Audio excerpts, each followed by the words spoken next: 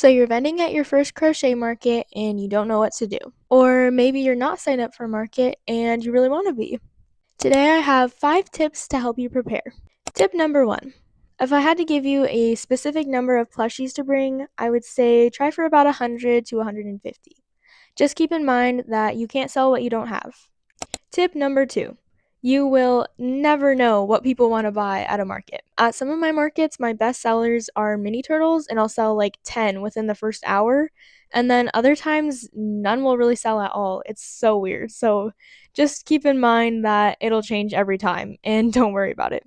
Tip number 3 is to always keep track of your sales.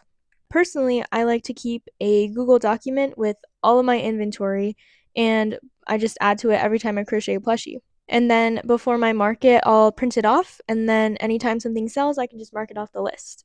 In addition to that, I also keep a notebook where I just write down all my sales. I definitely recommend putting the price of your plushie on there so you can just add up how much you made at the end of the day.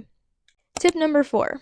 Where you can find markets. Finding markets can definitely be the tricky part sometimes, especially when you're trying to find your first market. I do markets at schools a lot of the time, so you can always check around at high schools, elementary schools. The main place where I find mine is on Facebook, and my mom actually finds them for me, so I can't give you a whole lot of tips for that, but it'll tell you kind of what's going on in your area, and there are pages you can follow.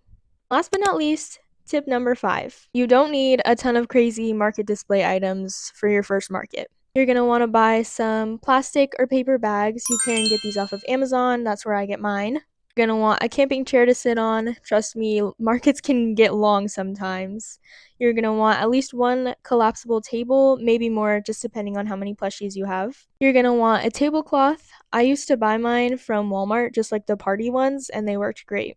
And lastly, you'll probably want to buy a tent.